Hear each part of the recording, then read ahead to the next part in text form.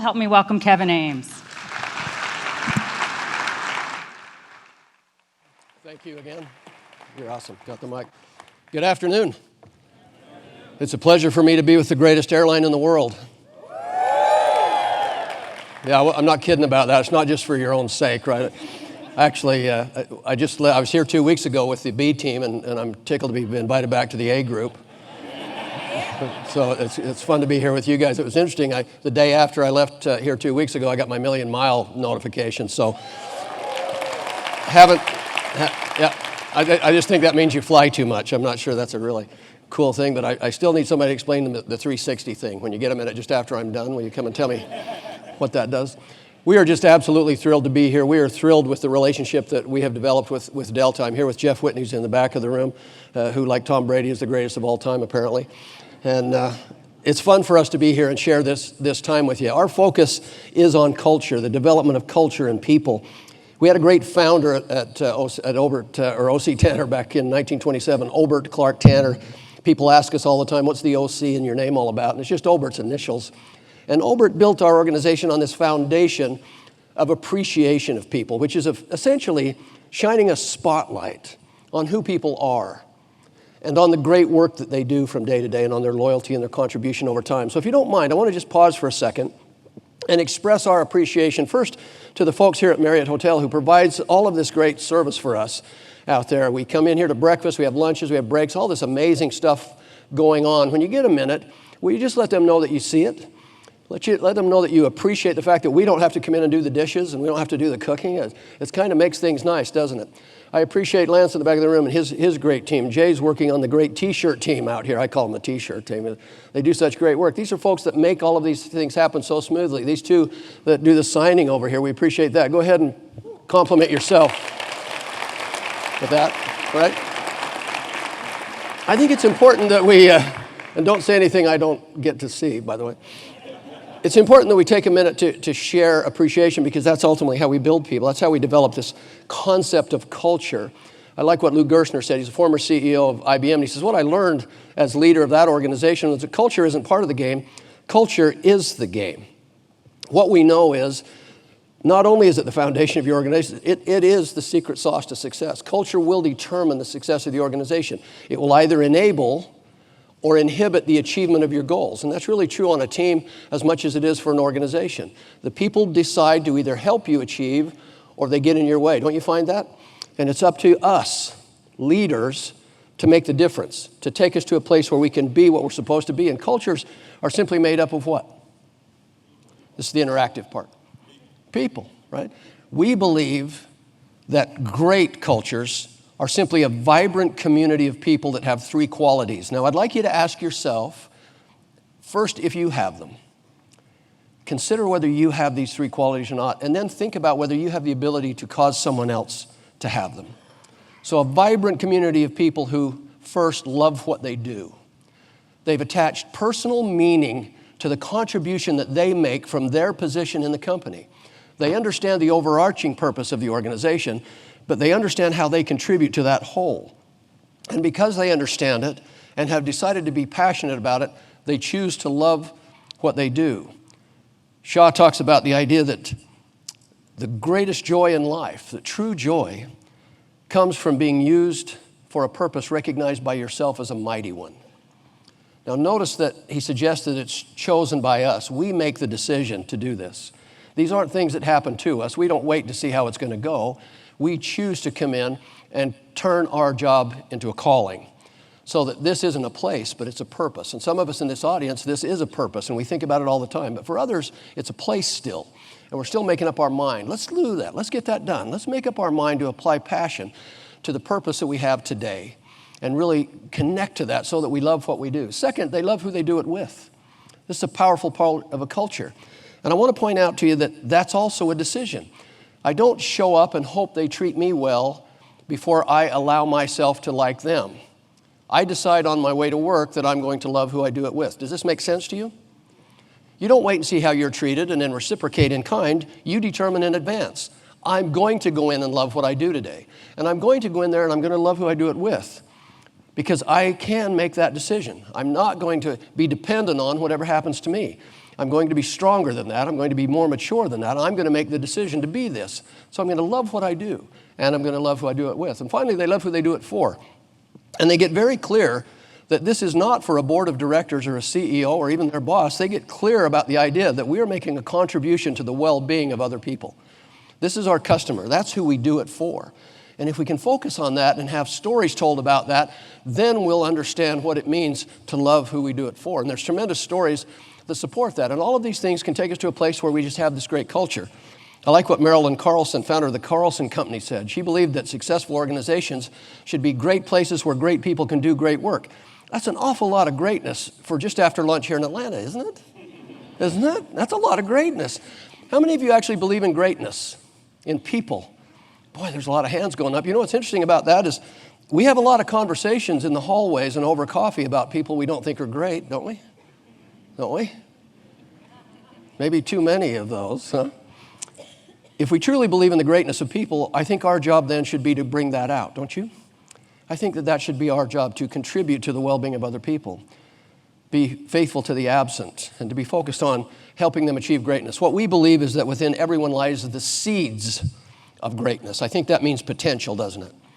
And you and I have a responsibility as leaders. If we accepted that responsibility, if you took the raise, if you took the title, you said, yes, I'll become a tremendous leader. I will learn to communicate. I will set an example for other people. I will do all things associated with being a great leader. Two of those are to place people in a position to succeed.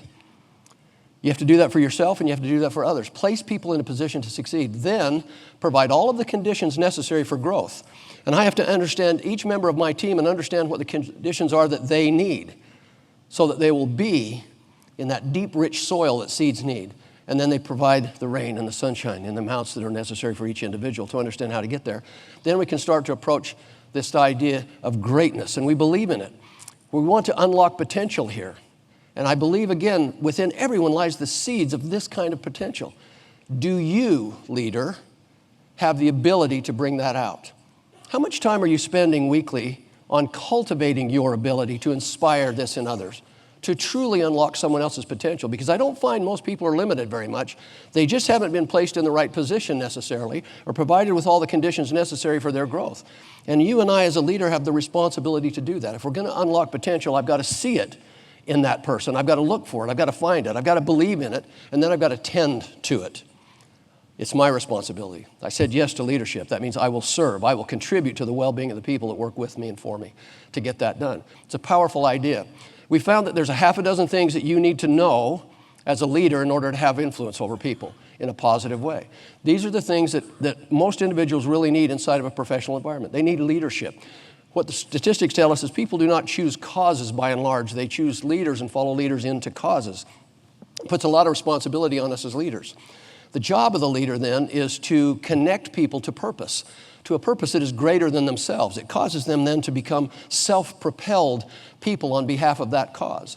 People want to have a deep sense of opportunity, a sense of well-being where they work, an opportunity to grow and develop both personally and professionally right here, a sense of being well physically, mentally, emotionally, spiritually, economically, in other ways, so that we feel like when we come to work, we are in fact being well and we're supported in that quest. People want to work for successful, winning organizations, and boy, do you ever. You guys are setting the standard out there, and it's a pleasure for those of us that ride on these planes to have experiences with you. Had a great opportunity last night, flew out from Salt Lake. Janika is the flight leader. I had a chance to kind of interview the whole group very quickly before they knew I was going to do this and ask them how they liked working for Delta. And they were gushing, and I kid you not, they were gushing. This is a Salt Lake-based crew. They were gushing about their experience. I think Sharon, one of the flight attendants, says, I drink the Kool-Aid. I'm all in. I love this place. And we talked about why, and there was a number of reasons why they loved this place, but it was evident in their behavior towards us riding that that was the case. We knew that, and I find that most of the time on these flights. And people want to have a sense of appreciation. How many of you are tired of being appreciated? Just you've had enough. One more moment of recognition, I'm out of here. I'm going to go find some place that they don't do this kind of stuff, right? Never going to happen if it's authentic, and I think it's the thing that ignites everything else. We know from our research, our culture study in 2018, that it's the activating energy. These moments of recognition that convey appreciation to other people is the activating energy. That's what turns all of this on. We believe that as leaders, we have one power and one power only. It's the power of influence. the ability to influence somebody. Here's what we know. You can't command people. You can't demand things of people. You can't even compensate them well enough to get engagement over time. The only power you have is the power of influence for the good. Influence is an interesting thing. I'll illustrate just a quick story about Alex Scott, who was an influencer. The only thing that Alex could remember is that she had always been sick. When Alex was 1 year old, she was diagnosed with neuroblastoma. On her 4th birthday, still in the hospital, she's having a conversation with her mother, and she says, "Mom, when I get out of the hospital, I want to open a lemonade stand. Would that be okay?" Her mom said, "Alex, absolutely. That's a great idea. We'll absolutely do that." And before she turned 5 years old, there she was, out on the street in front of her house operating her little lemonade stand. Her dad had built her this little stand. She didn't have any hair, so she had a hat on, protecting her from the sun. Over a period of time, she raised over $2,000 from her lemonade stand for her doctors, she said, so they could do for other kids what they had done for her. Aww. So impressed were the people that knew her, people from the hospital community, people from the extended cancer community who knew her, people in her physical community. There had been some press coverage about this. So impressed were they that other people started to open up lemonade stands all over the place to raise funds for cancer research. And before Alex passed away, just 4 years later, 8 years old, that group had combined to raise more than $1 million for cancer research. Isn't that impressive? All because one sick 4-year-old little girl wanted to open a lemonade stand. She didn't ask anybody else to do it. She didn't even suggest it was a good idea. She just behaved correctly and other people followed it. See, we have a tendency to do that as human beings.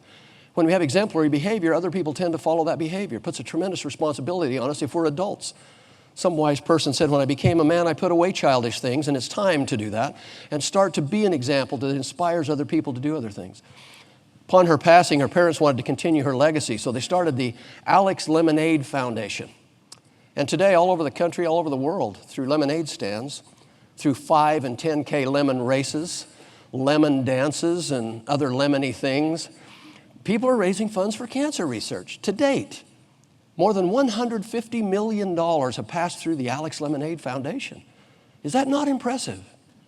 All because one sick 4-year-old little girl wanted to raise a little money for her doctors, she said, so they could do for other kids what they've done for her. See, she was focused outward, wasn't she? She was focused on contribution instead of accumulation. It makes all the difference in the world. Engagement is what causes people to do things. Engagement is not an organizational destination that we arrive at and survey for, although it's believed to be that by many organizations. That's why there's a real misunderstanding about what it is. This concept of engagement has to do with desire. Napoleon Hill suggested that desire is the starting point of all achievement. And I think that's right. And in business, we refer to that as engagement. Probably none of you have ever even heard the term employee engagement before, have you? Well, you're laughing like you have. That's interesting. Here's what we know about engagement. When you're invited to come and to a meeting on employee engagement, you're disengaged before you get there, are you not? Don't want to have that conversation anymore. This is an old, tired term. Well, what we know is that the definition of engagement has been wrong. All engagement is an individual choice. It's a decision individuals make, one heart and one mind at a time, after they come to work for you.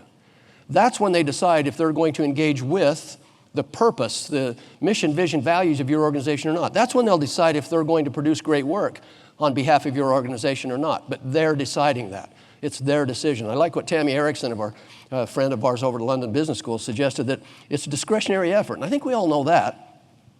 But she says, you can't force it on me. You can't demand me to do it. If I'm going to do it, I'm going to dig deep down inside myself and do it from there. Any of you ever been part of these conversations about driving engagement inside of the organization? Anybody? You ever heard that talked about, driving engagement? You've read the articles, there's books, all kinds of things about driving engagement, because people love being driven. Don't they? Why do we use stupid language in business? Anybody know? You talk about driving people. Nobody wants to be driven. You're lined up and pushed around. I had this great experience when I was just a wee lad. I grew up in the Rocky Mountains of Utah, and I had what I call a great opportunity, quote unquote, to go spend a full week working with a friend of mine whose father raised sheep. And he had sent us up into the mountain to spend this full week working with his sheep herder. Imagine our excitement. I knew in 10 minutes I didn't want to be a sheep herder, didn't really want to be there. But there I was. When I looked back on it, though, as an adult, I learned something interesting. The job of the sheep herder is incredibly similar to the job of the leader in business. Think of it. The job of the sheep herder is to get the sheep to the upper pastures in the summer. There's an abundance of food. The temperatures are cool. It's good for the sheep. Job of the leader is very similar. It's to get people to the top of the mountain, to do what Henry David Thoreau suggested, elevate our lives by a conscious endeavor, to bring people up to where they can be successful. Only way that a sheep herder can figure out how to do this is to get on a big horse, to set high above those sheep. Then get around and start to drive them towards the goal. Sheep have no idea what's going on. He just gets behind them and starts to push towards the goal. Now, he enlists the use of a barking dog, doesn't he? Doesn't he? Nip at their heels, lest they wander off after their own interests. Invariably, some will wander away into the bush and he has to go gather them up. And about the time he gets back, others have wandered away in another direction. He has to go gather them up. It takes an entire week. But on Friday morning, there we are. We arrive at the upper pasture. The sheep herder, the horse, the dog are filthy, tired, miserable experience all in all. But not for the sheep. When the sheep see that upper pasture on Friday morning, they say to themselves, wow. We recorded it, slowed it down so we can understand what they were saying. Look at that food. Look at the abundance. That's going to last all summer long. Can you feel that cool breeze? I'm going to get this wool off of me. What a great place. You know, somebody would have communicated with us about this. We'd have come up here by ourselves. But they felt compelled to drive us here. When I got older, I went to a different part of the world, and there were shepherds there. Shepherds have the same job fundamentally, but they do it in an entirely different way. In that part of the world, there are many flocks and many shepherds. In the evening, they come together into a common corral for defense. Two remain while the others rest. In the morning, one at a time, each shepherd returns and opens the gate to the corral and calls for his sheep. We learn 4 interesting things. First, shepherds walk at the same level as the sheep. Second, they also have a dog, but the dog is raised with the sheep and is friend to them and defends against predators. Third, sheep do not follow because they're stupid.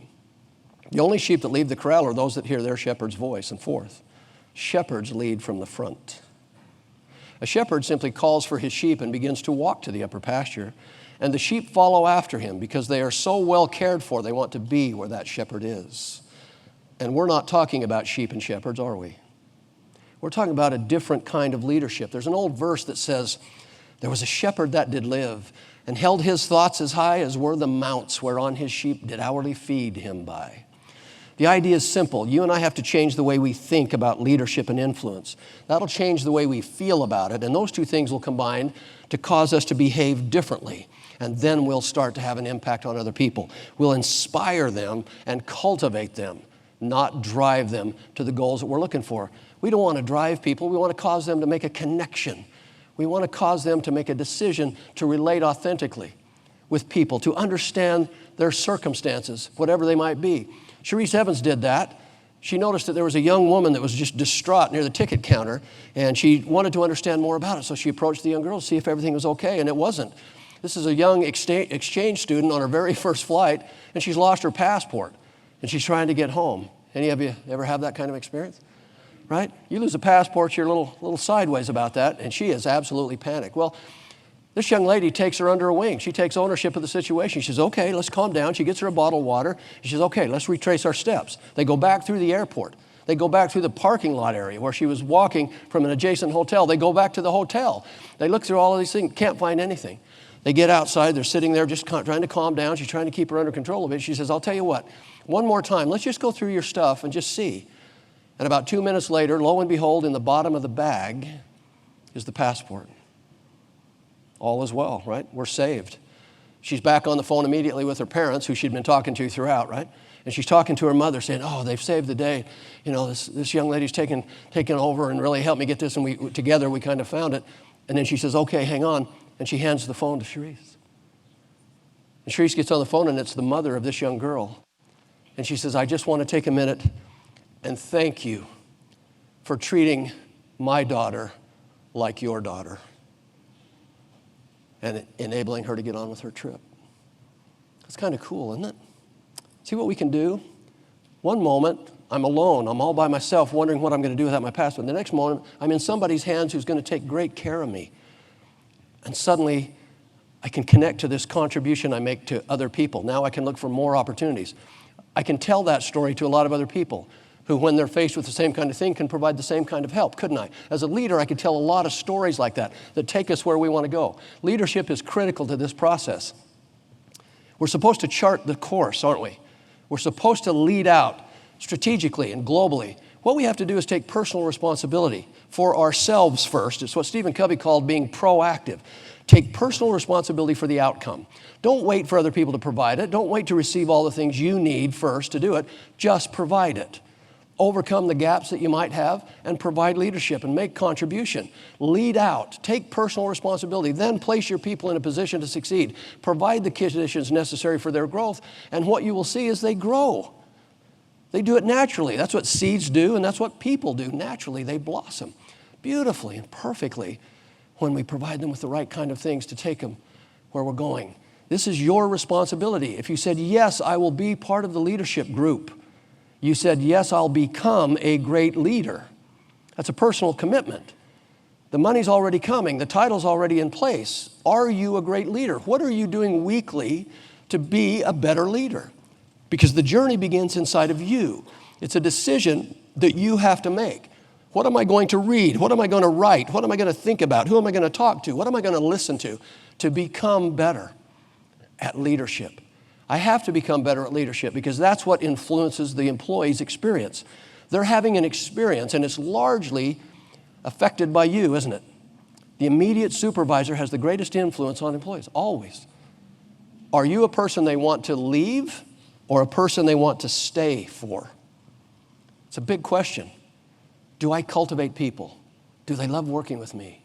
Are they committed to me? Even to the point that if I was going to leave here, they would consider leaving with me because they feel that good about me. Not all of us are at that level, but we said we would be. So we've got to get after it. So what are you going to change after this conference? What are you going to do to set up a schedule during your week to master your craft, to become effective in influencing people? It's critical that you do that because that's what will determine whether they decide to engage or not. And once everybody decides to engage, we don't need very much management after that. It just requires a light touch to that flywheel that I talked about.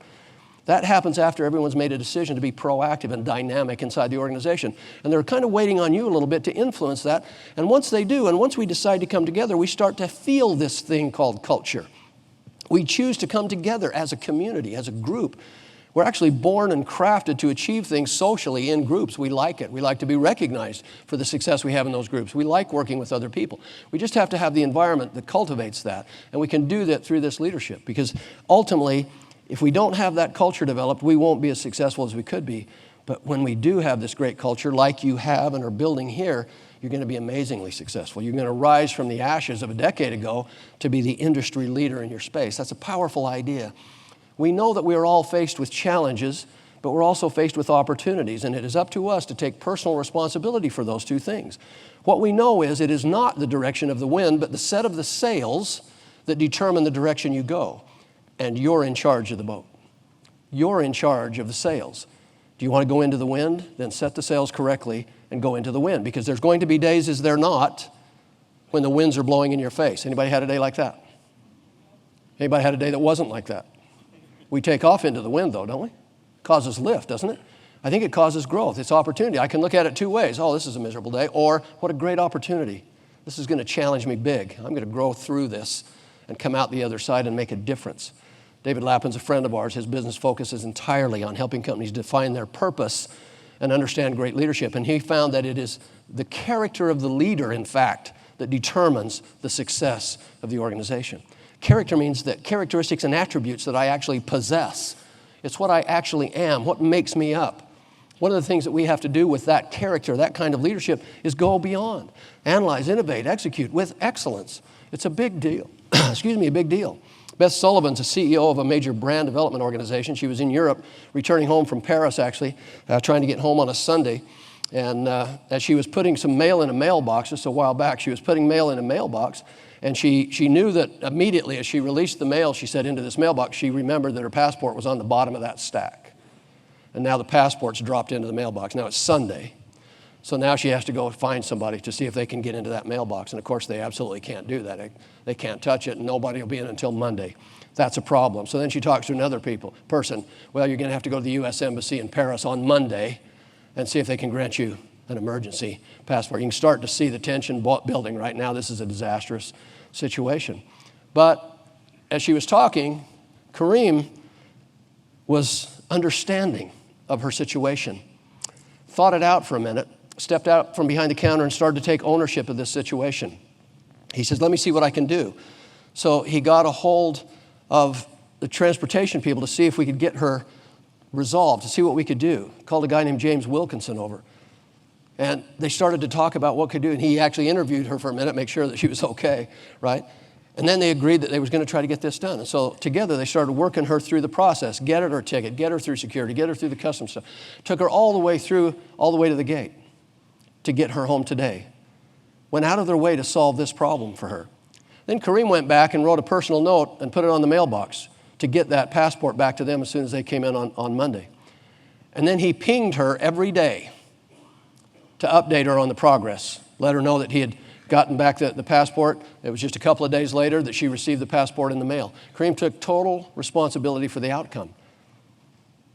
How many Kareems are there? Who's Kareem and who isn't? Who makes these kind of decisions? It's easy to say, that's not my job. I can't do that. That's against the rules. But we made the rules, right? And we can adapt when we want to. And you're extraordinary at it. I had a really tight connection one time in Detroit, and if I missed this, I was not going to be able to get to the appointment I had the next morning to speak to a large group like this. And when I got to the gate, Jetway had pulled away, door was closed. And I'm standing there literally jumping up and down and waving in the window to the pilot, because that always makes a difference. Always. They can't resist that. Gallagate calls the airplane. Lo and behold, that jet bridge starts to move back towards the plane. And he opens the door and puts me on that flight. I would have disappointed a big company. That's extraordinary. In fact, that's a modern day miracle. That's biblical in stature, isn't it? That's a big deal. And I shouldn't even tell anybody who that was. He might have been breaking some rules. But it makes all the difference because somebody decides to do something to contribute to the well-being of other people. That's our job as people. That's what we're here to do. And especially in these roles, we have an opportunity to do it in extraordinary ways. Leadership is made up of two fundamental things: effective communication and exemplary behavior. You have to have the behavior first, then the communication matters. Until the behavior's in place, it's not going to matter. When I've got both, I've got trust. Now people will trust me because of who I am. Then they'll listen to what I have to say. Think of the person that has influenced you most throughout your entire life. Do you know who that is? From birth to today, who influenced you the greatest? For how many of you was that your mother? How many dad? Grandparents? Other relative? Dynamic business leader here at Delta? No hands? Okay. Thought for sure a couple of hands had come up for that. It's the people that were central to our lives because they behaved themselves into that behavior, didn't they? Into that situation. Isn't that right? The reason that they were so influential is because of how they behaved, and then maybe later what they said to you. But it had a lot to do with this concept of behavior, and how we behave is going to give us the outcomes we want. Leadership is key. Your role is key to the success of the organization. What do keys do? They lock and unlock things. Turn things on and turn things off. Question is, what happens to you when you walk in the room? What happens when you're around? Do people feel locked or unlocked around you at home, out in the community, at church, here at work? Do people feel professionally turned on or turned off by you? And do you have the ability to advance yourself, to be a person who unlocks versus locks? It's a challenge for a lot of people. A lot of people are held back by a lot of things. A lot of people have eccentricities they can't overcome. Just a quick personal question. How many of you are eccentric to the point of being obnoxious? Can't see because all of these great lights, but I'm just looking at this middle section. Nobody raised their hand, which is odd. So I got some information on you. Eccentric to the point of being obnoxious. See, the people that are that way don't know it. That's why no hands went up. You see how that works? Do y'all have that relative? Do y'all have Uncle Bill that you just have to step back and allow room for when they come to Thanksgiving? Right? Hey, that's just Bill. He gets away with stuff that nobody else would ever get away with because that's just him. How about in business? Do we have that? Yet certain leaders that hey, just wait and see what the mood's like this morning, right? Or just got to give them room. That's just who they are. And they don't even know it. Well, what if it turns out that that's you and you don't know it? Wouldn't that be embarrassing? Here's your assignment. Go home and talk to the people that you know, love, and trust, and just ask them a simple question. Am I obnoxious? They're dying to tell you. And when they do, will you please make notes and just start working on it? Just see, what can I do to kind of change the game with this process and take me where I need to be so I can be a powerful leader? We've got to connect people to purpose, their own, inside of them.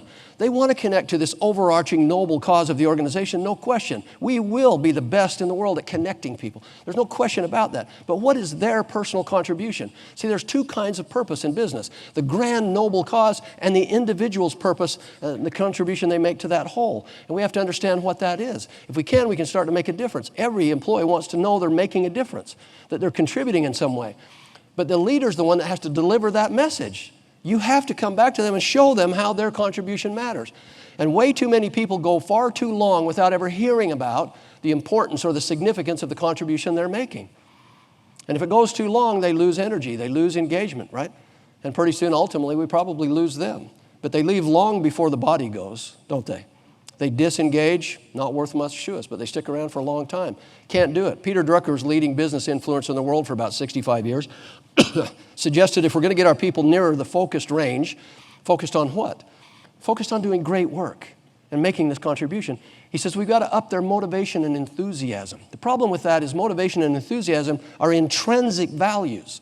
They live inside of us. So somebody can come up on stage here and inspire you for an hour, but we can't motivate you because that's your job. You have to make that decision, and that's what has to happen with your people too. But you have to inspire it. Excuse me, I get all choked up. You have to inspire it, right? You have to cause that to happen. He says the best way to do that is to evoke in them a sense of purpose. Then they become self-propelled. Then it just requires, again, just a light touch to manage them. We can get rid of about half of the metrics we have because people are just naturally taking care of all the things that we need to deal with. And then they change. People connected to purpose become a different kind of person. Best language I've ever run into is Patanjali, author of the Yoga Sutras. He said, when you're inspired by some great purpose, some extraordinary project, your thoughts break their bonds. Your mind transcends limitations. Your consciousness expands in every direction. Now, dormant forces, faculties, and talents come alive, and you discover yourself to be greater by far than you ever dreamt yourself to be. Would you agree with me that's beautiful language? It is, isn't it? When beautiful language is spoken, human beings have a reaction. The brain releases chemicals into the body, which causes the body to feel enlightened, literally the presence of more light. It causes people to take action for the good, to make a contribution to others. That's why we don't use beautiful language in business. But maybe we should.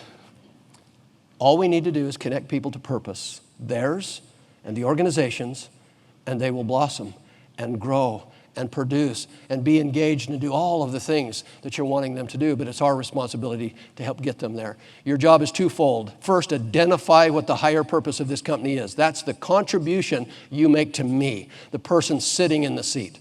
What is that? That's the purpose. It isn't actually the product or the service we render. It's the difference that's made. If I have no experience at all on my flight from Salt Lake to Atlanta, isn't that the best possible day? Right? I just get on the plane, it leaves mostly on time, it arrives mostly on time, and I just don't, no issues. Isn't that a pretty good day? Would you agree?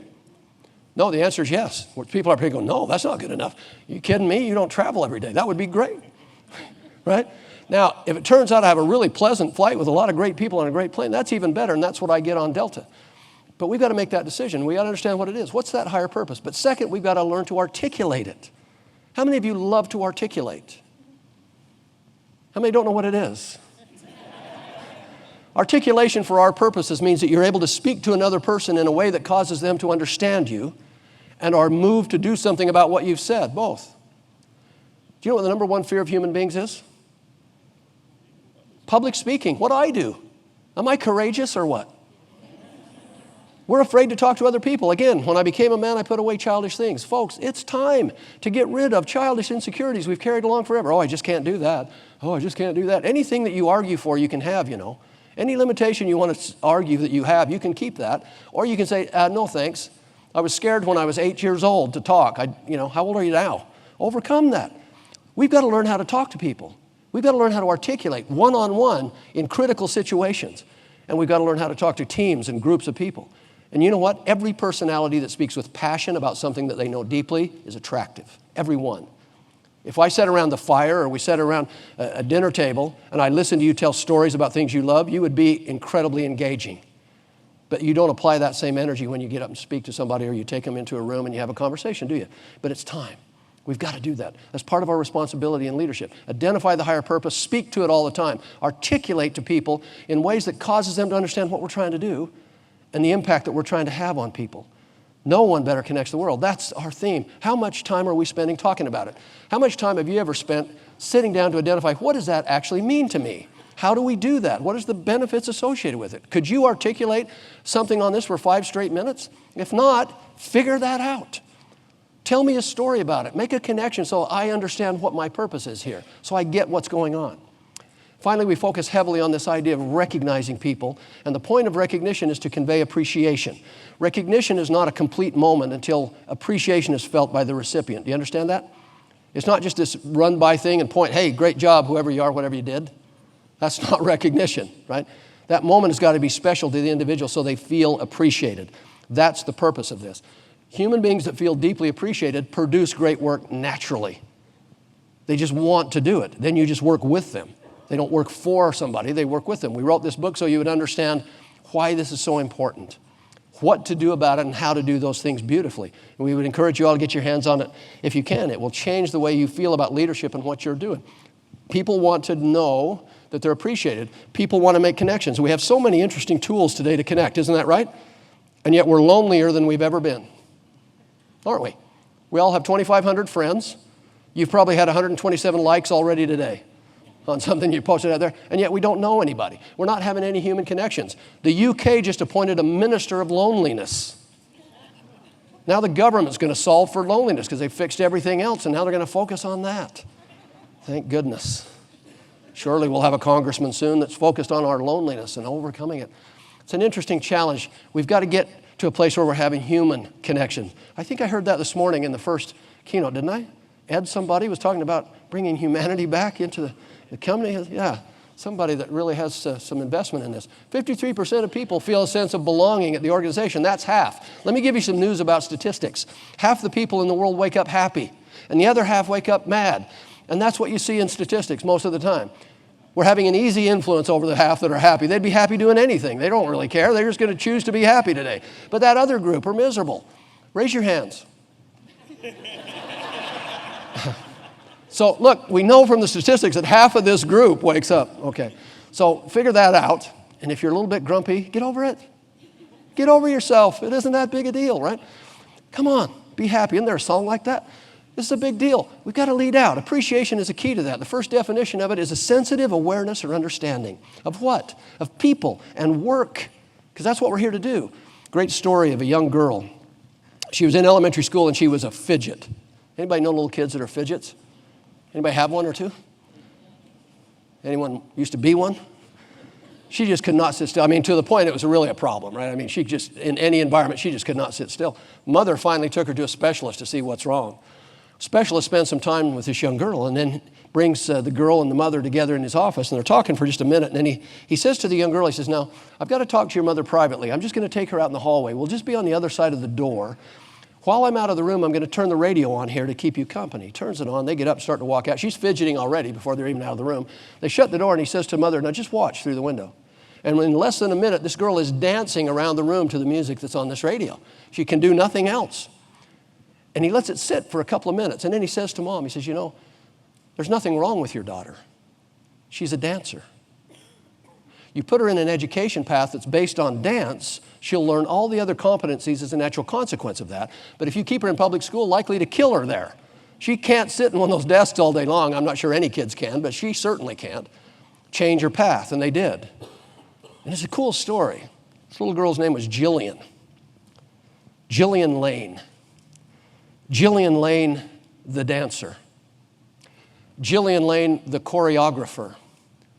The world-renowned Broadway, London, award-winning choreographer, business leader, lecturer, multimillionaire.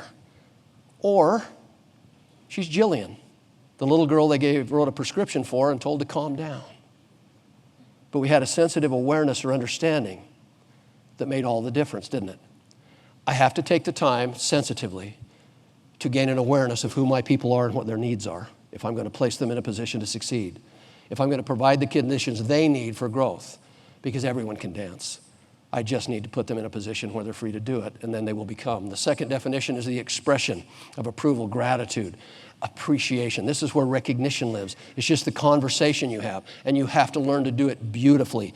You have to be authentic about it. It's got to be real. When we ask people what would move you to do great work, the masses said recognize it. When you see it happen, appreciate it, and you'll get more of it. And that's true, isn't it? When we feel valued, we tend to want to produce that value again and feel that appreciation from other people. It's an amazing thing. It's this moment of recognition that's catalytic to everything else that we do. 32% of people feel they receive frequent, meaningful. I think that number's high in most organizations. And it's 3 in 10. And I really believe that number's high most of the time. Not many people are feeling this. It's an interesting thing. So as a leader, you have 3 naturally occurring opportunities to speak to people in this way, to recognize them. First is when they're applying effort. How often does that happen? The answer is every day. When they're applying effort, I recognize that they're applying effort in the right way, and I praise it. I praise their effort. When I see that they're achieving the results we've asked them to achieve, then we pause for a minute and celebrate that. We celebrate the achievement with a meaningful moment in front of other people and a symbol that's representative of that work, because it matters. All of us have those symbols that mean something to us. And so we pause and we reward results when they're dynamic and they're what we've asked them to do. When they do that, that's part of what causes them to feel that way. And when they achieve certain milestones, we celebrate them. We don't have service awards, by the way. We celebrate people's careers. It's not about service. It's about the celebration of the contribution they've brought to our company, who they've been, and the great stories, successes and failures, tears and laughter associated with all the history that we've had. Did you see how much tenure we had, by the way, in those 3 award winners here that received the prizes? I've been to 2 of these. I've never received a gift yet. Sorry. Anyway. This is what we do, 3 naturally occurring opportunities. You tell me if it matters. When you praise effort effectively, they have a deeper relationship with you, the manager. So when you're talking to them and affirming them all the time, they like you. They make a decision to stay because of you. They have a deeper sense of confidence and competence, and they know that they're in good standing. That's critical for human beings. We want to know that about ourselves. When we reward results, we get 3 completely different things. People start to look outward. They want to innovate, be creative on behalf of the organization. They want to deliver a unique brand experience to the customer. That's what you're actually doing. Delta delivers a unique brand experience in the marketplace. It's so far superior to the others in this country, I can't even tell you how big the difference is for us and others. That's why we choose you. They want to be known as difference makers, not employees, not teammates, not associates, difference makers. They want the ball at the end of the game because they know they'll score. I like what Angela Duckworth, a friend of ours, she wrote Grit. If you haven't read the book Grit, get after that. Go buy it this week. We brought her into our leadership conference. She talked to us about this idea that the subjective experience of effort, what it means to work hard, changes when it's rewarded in some way. Always has. People feel better about the contribution they're making when something happens to convey deep appreciation. When we celebrate careers, we get 3 completely different things. They hear people speaking to them about their value as a human being. It's important when you recognize people that you recognize the person first, then the work. Do you understand this? Because if all I talk about is the work, they'll end up believing that's all I care about, and that isn't true. I first care about them, then I care about the work, then I care about the tenure. And I can have an influence over all of that, the quality of the work and how long they stay here. If I place them in the right kind of position and they have a sense of fit and belonging, they'll fit, they'll belong, they'll stay. John Kennedy suggested that in expressing all of our gratitude, the highest form of appreciation is not uttering words, but living by them. Living by them, living an exemplary life. When we connect recognition to all of these other catalytic elements of leadership, we get an uptick in every one of them. People feel better about your leadership when you recognize them, when you convey appreciation to them.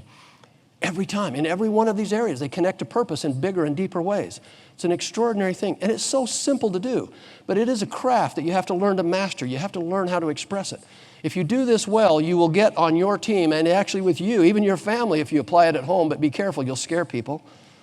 But start to do it, you'll get the 3rd definition, which is a rise in value. It happens with real estate, it happens with investing, it happens with people. You get a rise in value. It's a rise that's like the tide. It raises all boats. Suddenly the mean level of quality and work in your company, contribution, productivity just rises because everybody in the organization is rising, and it's causing this to go in amazing places. When we truly understand these principles and how to act on them, we can change the game dramatically. Will you indulge me one final story? This is the interactive part. That's so much better. I just want to set this firmly. Read this recently, reread it actually, in a book called The Success Principles. It was written by Jack Canfield. Do you know Jack Canfield? One of the co-authors of the Chicken Soup for the Soul series. You familiar with those? They sold 500 million copies of Chicken Soup for the Soul. He made hundreds of dollars. And he was interviewing a billionaire developer out of California. See, only a few are listening, so you test that. He's interviewing a billionaire developer out of California, Ken Behring, and they're talking about success and happiness and fulfillment in life. And Behring says, you know, Jack, as I look back over my life, I can separate it into 4 very distinct phases. Phase 1 of my life I called my stuff phase. I thought the accumulation of nice stuff would make me happy. So I bought this nice home. I bought some nice cars. I bought a nice little boat. I bought a nice little private plane. You know, the stuff we all have. And lo and behold, in phase 1 of my life, happiness didn't arrive with any of those things. And he said, I'm a pretty smart guy, so I quickly moved to phase 2 of my life, which I called better stuff. I bought a luxury home. I bought luxury cars. I traded in that boat. I got a yacht. Traded in that little private plane. I bought a fully customized jet. And I thought for sure that living in that house and flying around the world in that jet was going to make me happy. And shockingly, in phase 2 of my life, happiness didn't arrive in any of those things either. Again, being a smart guy, moved quickly to phase 3 of his life, which he called different stuff. And he and 2 of his friends purchased the Seattle Seahawks NFL football franchise for $1 billion. That's your kind of money. I don't understand $1 billion. He figures if he's in those luxury suites, he's on ESPN television, he's running around with these athletes, you know, hobnobbing with the rich and famous, in addition to all the other successful businesses he has going on, surely happiness has to arrive now. And weeks and months pass, and he's managing the Seahawks, and everything else is going on, and everything is going incredibly well, except happiness doesn't arrive with that either. When he gets a phone call. And the phone call is from an associate that works for a foundation, and the foundation's focus is delivering wheelchairs to third world countries, to children who have stepped on landmines or been otherwise disabled. And they're asking Ken to go on a trip with them, and he understands the game. They're a foundation, and he has money, and they want him to go on this trip and have a great experience, really do some great work, make a difference in the lives of these kids, come back, write them a check, and that's exactly what happens. He goes and has that experience. He comes back, writes them a healthy check. A few weeks pass, still no happiness arriving with any of the things he's going on. They call him for on a second trip. They're smart enough to call him back again. And he's happy to go the second time. Same thing happens. Great experience. Does some great work. Changing the lives of some of these kids. He comes back. He writes another check. Life goes on. Still in phase 3 of our life. Happiness hasn't arrived, but he's being successful in a lot of other ways. It wasn't until the 3rd trip that Ken goes on with this foundation that something happens that informs you and I. On the 3rd trip, he goes to South Africa, and he's doing there what he's been doing in other countries. He's assembling wheelchairs and putting children in them. And he's just finished this larger wheelchair, and he picks up this damaged 11-year-old boy and places him in his new chair. And as he turns to walk away, the boy reaches out and grabs a hold of his leg and won't let go. The boy's talking in his native tongue as fast as he can. Tears are welling up in his eyes. Behring doesn't understand the language. He's taken aback by all of this, and now he's looking around for help. He finally gets the attention of a young man that has both languages, signals for him to come over. When he arrives, he listens intently to what the boy is saying, and then he looks up and he says, Ken, the boy is telling you that he doesn't want you to leave yet. He wants you to stay longer. He wants you to stay long enough so he can memorize your face. So when he meets you again in heaven, he can thank you again for bringing him his new wheelchair. And Behring said, in that instant, I moved to phase 4 of my life, which I call service. Oh, it isn't about me and accumulation. It's about them and contribution. Behring flew home and started his own wheelchair foundation and other foundations, and is in the midst of giving his billions of dollars away, having discovered what Abraham Maslow and others discovered at the end of their lives, that it is not about getting to the top of some self-actualization pyramid at all. It's about living a life that makes a contribution to the well-being of others. We are here to serve. Isn't it interesting that a lifetime of accumulation of wealth and success did not cause him to be happy, but one moment of authentic appreciation did? Because that's the power that it has. And that's the power you have to influence and take people where they need to go. Let's close with this. I think it's a specific message meant exactly for you. You have brains in your head, you have feet in your shoes, you can steer yourself any direction you choose. Wherever you won't lag behind because you'll have the speed. You'll pass the whole game. You'll soon have the lead. Wherever you fly, You'll be best of the best. They call that Delta Airlines. Wherever you go, you will top all the rest. You're off to great places. Today is your day. The skies are waiting. So get on your way. Thanks. Cheers. Thank you.